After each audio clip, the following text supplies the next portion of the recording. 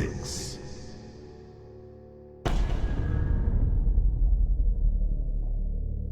Evil 6. What is there to say about it? Well, from what I've seen, this game has had the RE fandom divided, but majority of the RE fandom has been divided for a long time. When we look at both sides of the fandom, they're justified in their critiques and opinions of majority of how Resident Evil has evolved during its inception and then how it is modern times. The old school majority fans of the true survival horror and tank controls truly dislike the action movement that came with the release of Resident Evil 4 2005. Then leading on to Resident Evil 5, there was more action and that horrible 2000s yellow filter. We also can't forget that Chris punched a boulder. The only character that has never been infected with a virus. I'm not counting Death Island. And he didn't break his hands after that. So yeah, it couldn't get more action fantasy than that. The finale of the action style gameplay of Resident Evil games ended with Resident Evil 6. And honestly, I always think that it was underrated and got too much hate, all because the fandom community was just given too much action games when they were craving that old school traditional what made you scared and didn't want to even unpause the game type of horror. Yeah. Also, I'm gonna be honest here and say that Resident Evil 6 was my first entry into the genre of Resident Evil games. As the first time playing it, I found it fun and cool, but at the same time lost because I didn't know any of the legacy characters. I didn't know who Leon, Claire, Chris. I didn't even know who Sherry was. I didn't understand the focus on Wesker with Jake. But yeah, I think the only campaign I played was Chris's campaign at the time because I had way too many other games to play, as that was like 2013. So when I came back to play Resident Evil 6 after playing older games than the recent remake of like Resident Evil 2 in 2019, everything made sense now. Well, yeah, obviously, but that's when I began to witness cracks, flaws, and hidden gems that I couldn't notice being so naive to the whole Resident Evil universe. But now let's dive in. What? The fog. It came out of nowhere. Liz! Wait, let me go! It's too dangerous. My daughter, she's all alone. If we don't do something... All right, I get it. But if you don't keep it down, you won't live to save her. You understand? All the campaigns in Resident Evil 6, they all have distinct appeals that they're trying to go for. To appeal to the new Resident Evil fan, to the old Resident Evil fan, to the tourist of Resident Evil that just wanted to pick the game up randomly, even though they have no idea what's going on. For Leon's campaign, it's more focused on zombie horror and more aligned to traditional Resident Evil. Chris's campaign is focused on action with a glorified Call of Duty tone to it. Jake and Sherry's is trying to be a mix of RE3 and RE4 with a pursuer/stalker enemy type and a little bit of stealth action. And then there's Ada's campaign, which is the only campaign that you're alone and by yourself, unlike the rest of them.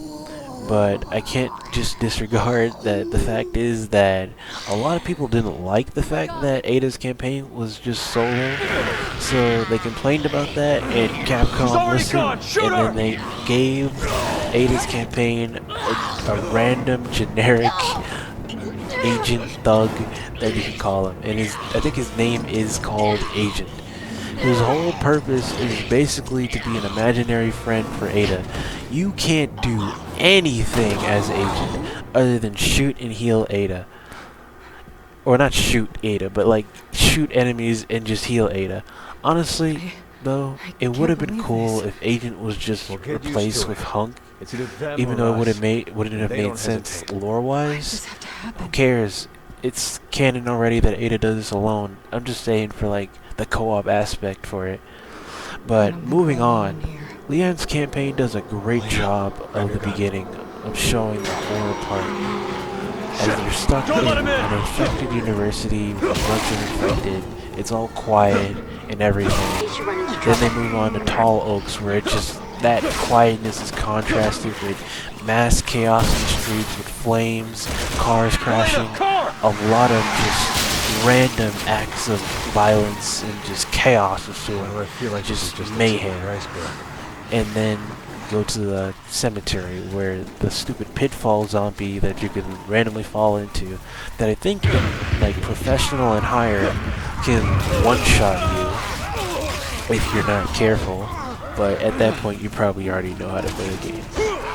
And then the lab sections, and then after the lab sections, this is where Leon's campaign starts taking a nosedive.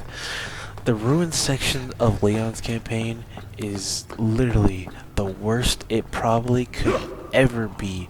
It feels so boring and just out of pace for Leon's campaign that it feels almost like Nice padding. security system. You I just have feel to like punch the in the numbers developers on the took doors. an inspiration of Resident Evil 5's tempo level, and that's pretty much where they got it from. But it doesn't explain like the slow underwater segments where you have to find these air pockets, which is very annoying. And then having no scary section in that part of the mission at all. There's not a chance where I've seen that you were supposed to open, let's feel go. scared, or where I was supposed to be haha, just like yeah, that's I guess that's supposed to be scary. You're not. There's none at all. There's none at all. The only tense moment I could say was like the shark chasing you and Elena has to defend you, and that's about it.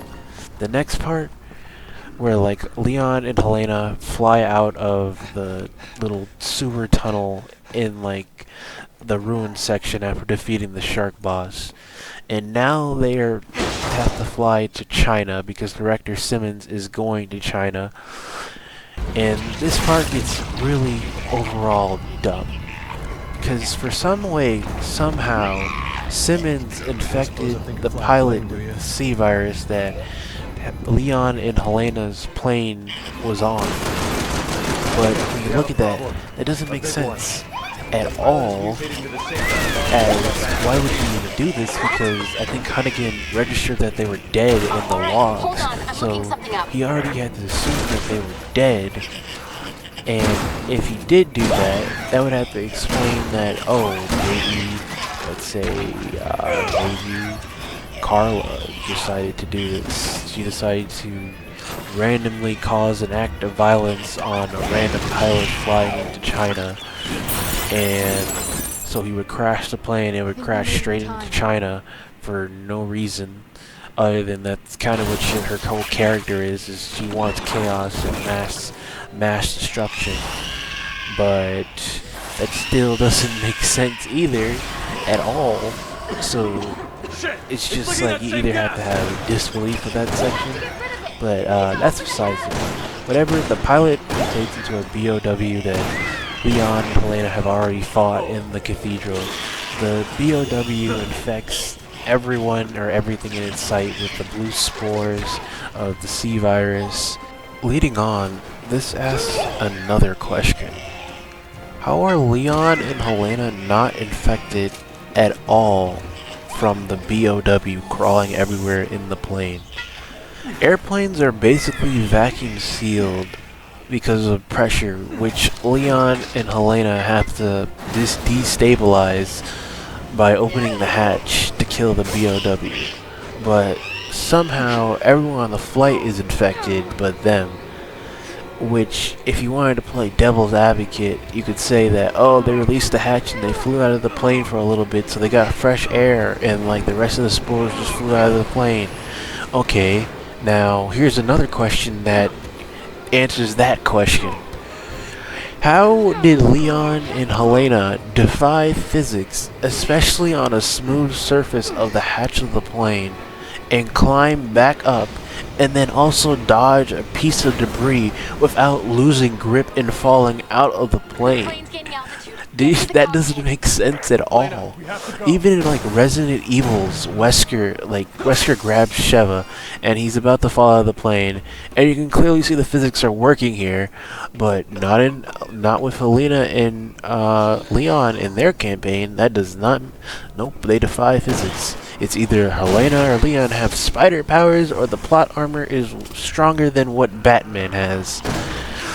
If they ever were to remake like Resident Evil 6 of this section, they would just have to fix it by, I don't know, releasing the BOW out of the plane and Helena and like Leon falling out, or just Helena falling out and Leon chasing after her by grabbing a parachute to save her, and they slowly fall down to the ground in China's area, or a rooftop in China. That's like the only way to make this seem palatable, because the original makes it look so stupid, even if you're trying to be action style. Moving on, the boss fights against Yusunek and Jake and Sherry is probably the highlight after that plane crash. But the lab section where you have to, I guess, fight against Chris and Pierce to reach Ada is horrible. It doesn't matter who wins that whole fight at all. Like, if you somehow, like, I guess, shoot the little mine things right back at, like, Chris and Pierce, or you shoot them back at Leon and Helena, the scene plays out exactly the same. They both, like, surround Carla, and that is it. In, like, a remake, they should just remove that entirely. It serves no purpose. Lastly, to end this part of the video, the boss fights with Simon is, one, doesn't make sense. Two, it makes me question how and what the hell does the C-Virus even do? Because the T-Virus created zombies, obviously. The G-Virus enhanced regeneration process of cells in an animal from, like, Birkin's research into the T-Virus.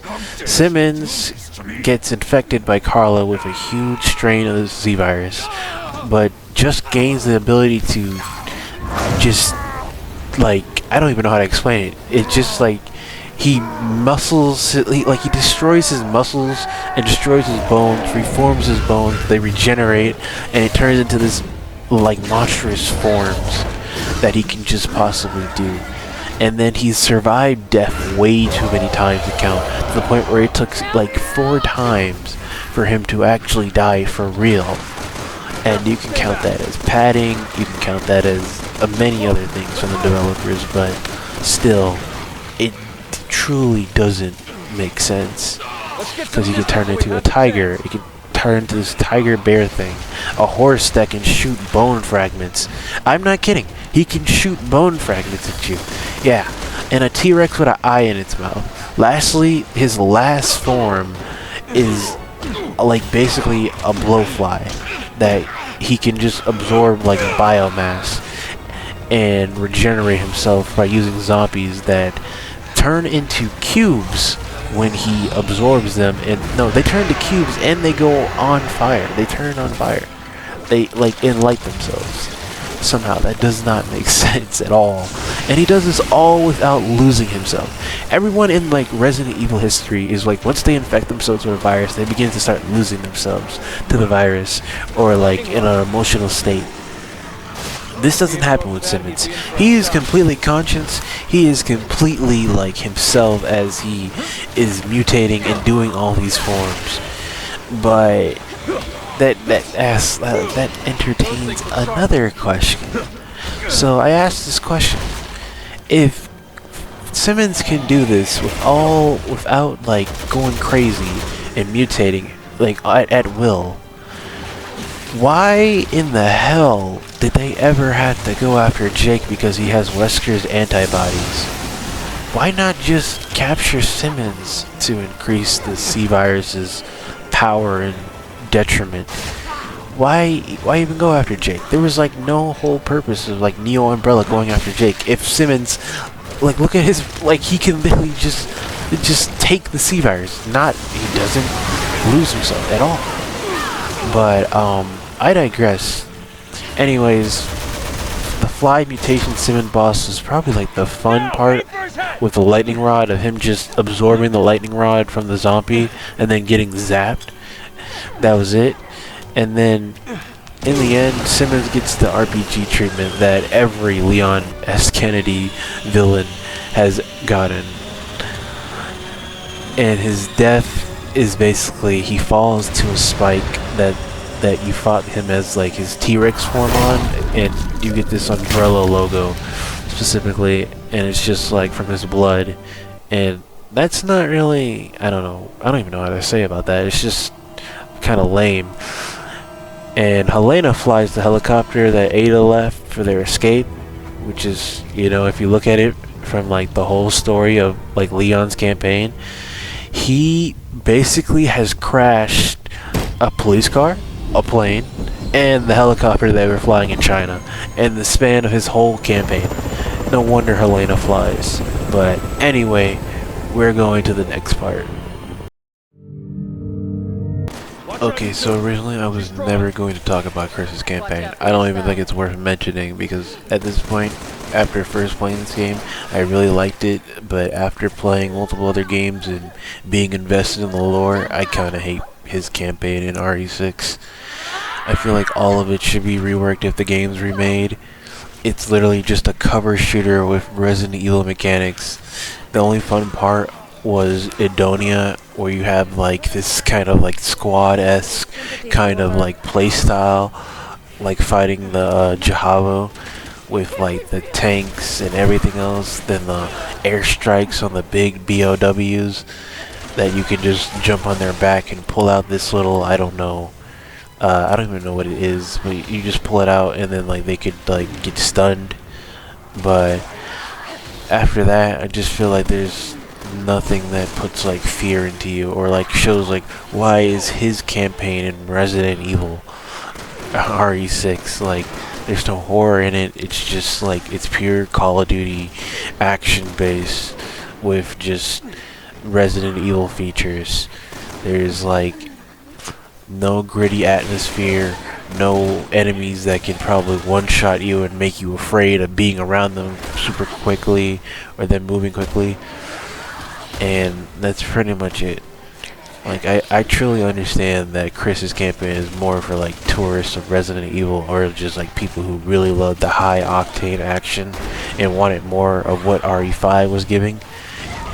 But I still feel like a couple of scary sections and enemies would just truly make his campaign better, because even in RE5 there was like a scary section where it's like whoever picks up the lantern in this like cave level has to basically be the eyes of the person guarding the person with the lantern.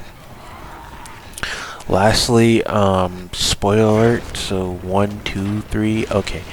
I think having Pierce die as an emotional reaction was a waste of his character. It honestly should be changed in a remake. Anyways, to Jake and Chris's campaign.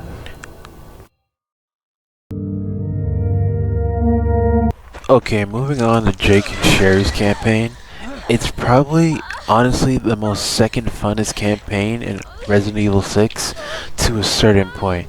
As at the beginning of the campaign, it's pretty cool with Jake and Sherry meeting each other for the first time and seeing their character dynamic, then dealing with a surprise ambush attack from Ustanak and being chased by him, and then Sherry meeting Chris for the first time. But honestly, I think the highlight of Jake and Sherry's campaign is the stalker enemy type that they focused on, that Ari is known for, like in Resident Evil 2 with Mr. X, and Nemesis in RE3, and I want to say Lady Dimitrescu in Resident Evil 8, which is probably the most funnest you could have in a horror game when you have a stalker enemy type like that. But besides the point, at the end of like chapter 1, Sherry and Jake are sent on a helicopter that gets ambushed by Ustanak, and he crashes their helicopter, and during chapter 2, or at the beginning of chapter 2, they both wake up. Sherry has like a piece of metal that's lodged into her back, and it's revealed that she has the ability to heal quickly because of the G virus has adapted into her body, even though she had the vaccine back in Raccoon City. But what's dumb is that this is not even talked about or implemented in gameplay wise, and I'm not saying to have it like unbalanced where she doesn't need herbs at all.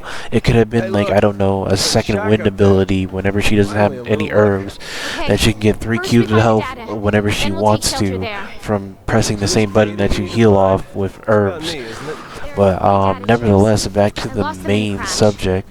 As once Jerry and Shake find their like composure, Sherry notices that the data is missing from these small little AirPod cases, or I don't know, flash drives that look just very weird to me. Now you basically have to go search for them in the middle of a storm, where it's like very like Silent Hill kind of cloudy. And basically anything can pop at you at any moment. As at some moments, like when I was first playing this campaign for the first time, hearing like Jahavo suddenly just scream behind you, and you have no idea where they are until you look at the mini map, but you don't see them. It was pretty cool. But once you collect all the like little USB little cartridges of Jake's data, you go into a cutscene, then it turns into this cabin defense section, and then after a certain point, then it turns into this is legit like Modern Warfare 2 ski, like where you're on jet skis, or not jet skis, but snow skis, that just like going down the mountain to run away from an avalanche, and it gets to this like really cool action segment that has enough action not to be over the top, but just like a fun little moment. After that, Jake and Sherry head into a cave, which is probably my most favorite part, as it incorporates like sudden, quick, tense chases and small, shallow stealth elements. Is truly, if they ever do a remake, this part of the game of their campaign should surely give like the remake of like the RE4 remake treatment. With like stealth section, like with the more stealth, being able to crouch down and like hide behind things, and like have enemies have a detection radar. You know what I mean? I do like that the small little stealth mechanics that are there with Sherry and like the detention center after being captured, after like the cave section. But it sucks that Jake is basically like an all-out brawl from like his side of that part of like the mission. Also the co-op part of where like solving a puzzle of like finding the code to the doors, from like Sherry figuring out on her end, and then you having to read the camera on Jake's side to do it on his end, is pretty cool. Now the Chinese hotel part of like, I don't even know if it's Chinese hotel, whatever the facility that they get into or building they get into after getting out of the detention center of the mission, it's where the pacing started to slow down for me, as you start to collect these like ID umbrella green medals to give the statue, and like this part was like pretty annoying because like they could have did something cool and something other than like this. And then suddenly after you do this to go from like the front door entrance, a tank rams through, like a random tank. Like I don't even understand how you even get to that point. It doesn't get any better from there, as one, they have to go through like the Chinese streets from like the boat side of like the river with this enemy type with the organic chainsaw guy, and then they get captured, and then a lab fight with Usanak. It just gets super dumb from there. Like honestly, if they just focus more on like just Usanak entirely, it probably would have been a lot better. And I'm just fingers crossed that that's what they do in like a remake, because like damn, I really do hate the lab section on both Chris and Jake's side of the campaign.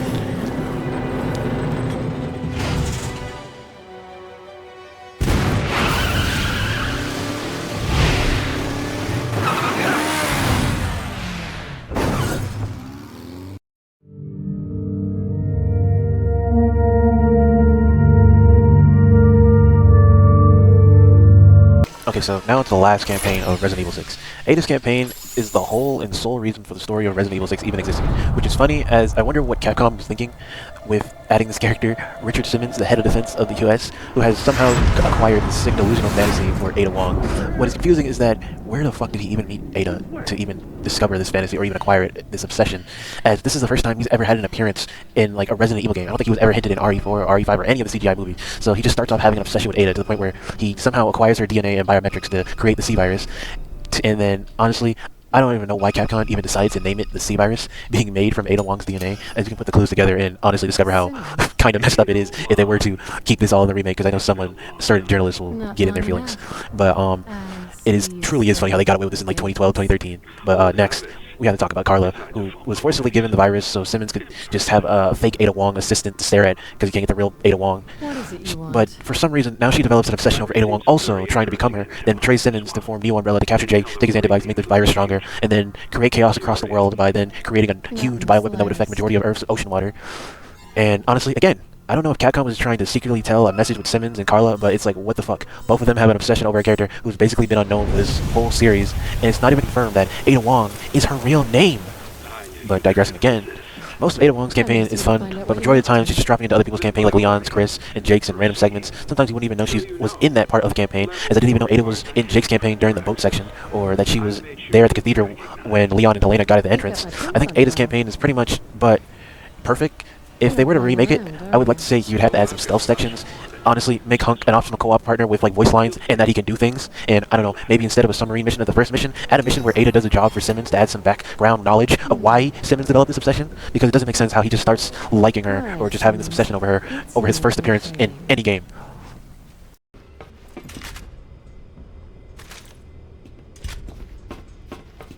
Authorization recognized. Access granted. Wonder what else he has on file besides my prints.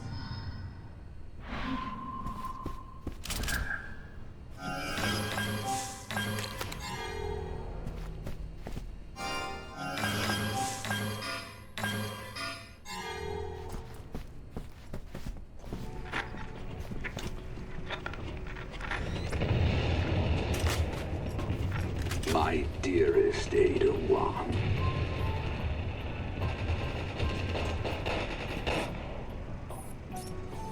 Jake Mueller has been located in the Republic of Edonia. Your mission is to find out if his body has antibodies to the C-Virus. We cannot allow a vaccine to be produced. Agent Birkin will be sent in to acquire the target. Your job is to ensure they escape the country alive. Good luck.